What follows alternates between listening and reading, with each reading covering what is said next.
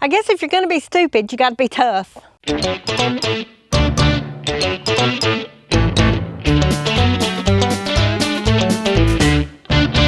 So I've been out here today and I am fencing in the lazy garden with cattle panels, and up here there is deer mesh that goes all the way up. And so what I'm doing is I'm stapling the deer mesh on first to the post and then putting the cattle panels over the top of that. And I've been working out here all morning long, doing laundry, getting some of the cattle panels up, and I'm just like tacking them up here, and then I'll go back and finish nailing everything on. I want you to kind of see how it looks. Now, I'm not finished, so forgive the waviness of it, and I got to come back and finish putting in a couple of T-posts and then some runner boards up here to get everything good and straight. But the lazy garden is going to be completely enclosed. And then remember, I told you that I would be clearing this area right in here for part of the project that is going on right now. Some of you have made some really good guesses about what is about to take place here on the farm and why I'm clearing that off.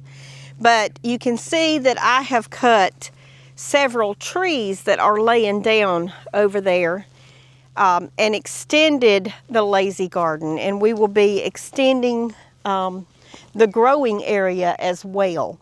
There will be a gate right here, and possibly there's going to be another gate in that area right there. We will see how that works out. These are silage tarps that they're just kind of blowing up right now because I'm using items off the top of them, and I need to get those back down and in place. But right now it just looks really bad because I've had to get the temporary fencing out of here and it's over there in a pile. But I'm working really, really hard out here trying to get this done before spring. So I've got to use every bit of time that I can out here working when it's not raining, or let me rephrase that. When it's not raining hard out here, I will be out here working and getting it up. Now, I know that in the past, especially on, I believe Brooke and Jason used it in their garden before, because I actually got these off of their Amazon list, some colorful flags that will be flying around the top of the lazy garden, just to make it kind of quirky and cute and, you know, kind of scare some birds away that might eat on your fruit trees, because I've got the blueberries there, nectarines and peaches and figs over there, some blackberries and grapes in different areas. We want it to be as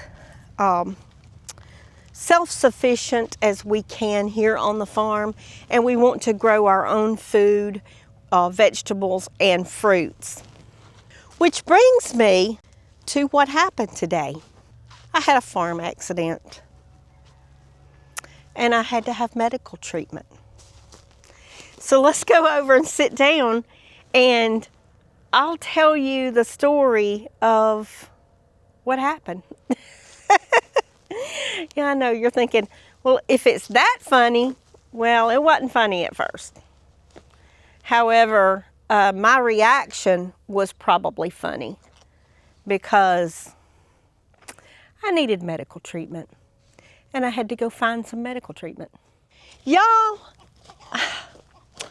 I guess I'm just a dummy, but I was working with a staple gun, this one to be exact, And it's got the T50 size commercial staples, and all you do is press the handle and the staple comes out here.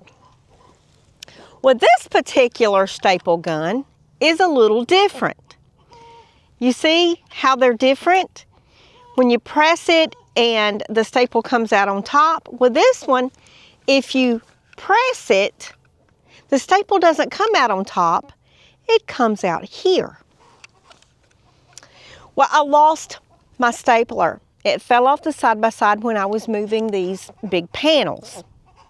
So I went into Tony's barn and I found his stapler, which is a Power Shot. Really heavy duty, really fast at shooting those staples out. So when I get my stapler out, the first thing I do is shoot a staple, just to test and make sure that it's still working properly. So what I did with this was, thinking that the staple was going to come out here, I pressed it to shoot a staple while holding it. I knew instantly when that staple went into my hand. And it's these. It's the big T50 staples. So if you're squeamish, don't look at the next part, because it's going to be a picture of the staple in my hand. So what I did was, I knew I had messed up, because clearly the staple was all the way into the finger. And when I kind of pushed, I could feel it touching the bone. Now, immediately I lost feeling in the upper part of this finger. Like from here up, there was absolutely no feeling. It was just dead. I could touch it and not even know that I touched it. But here, the staple was embedded into the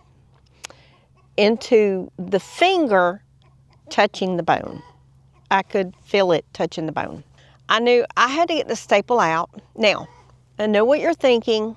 You need a tetanus shot. But remember, I'm a deer rehabber. In order to rehab, we have to be up to date on our tetanus, because deer carry tetanus. So luckily, I have just had a tetanus shot.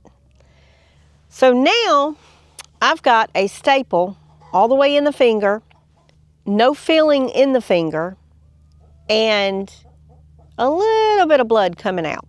Not too much blood. So I didn't want to drip on anything, and I had kind of gotten a little on my other hand, so I kind of wrapped a washcloth around it and decided, you know, I'm going to try to pull this out. But I could not get a hold of it myself. Well, I had two options at this point. Number one, I can go to the emergency room and get them to remove the staple. Pay a copay, a surgical fee, pay for the shot they're going to give you, and be there half a day when I've got fencing to do. Or I can remove it myself, and clearly I could not look at it, grab a hold of it, and hold everything like I needed to hold and pull it out myself. So you look around and you think, you know, I'm the only nurse here on this farm. It's not going to pull itself out. So now you have a choice of an ER or another nurse. There's not another nurse around here. I'm the only one. Okay. Next option is find your keys, get in the car, and head toward the emergency room, which is what I did. But when I got on the road, I'm driving down the road, and I get just a little piece down the road, and I think, wait a minute, what's as good as a nurse? Another farmer. So immediately, I called Brooke at Cog Hill, and I said, Brooke, Now, if you're squeamish at all, I am not going to ask you to do this. But I have a staple that is lodged in my finger really tight. And if you can pull it out with a pair of pliers, it sure would save me a lot of trouble right now. And I said, but if you're squeamish, I'm not going to ask you to do that. And you know what she said? Come on. And so I was like right there at her driveway. So I whipped in there and went into the barn. She's standing there with this huge pair of pliers and a bottle of peroxide.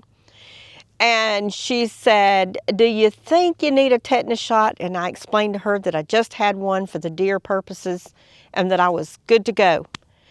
And she said, what about antibiotics? Well, being a nurse, I kind of have a supply of those too. Okay, the only thing I need is for you to grab it. And I told Brooke, now when you grab that staple and you get a good grip on it, don't play around. I want you to snatch it straight up. Don't worry about me. I will be okay. And Brooke got it down there, and we didn't film anything, y'all. We did not think about videoing or, anything until it was over with and we were high-fiving and laughing. She got a hold of that staple. I laid my hand flat. She got a hold of that staple, and I turned my head and she snatched. That was it.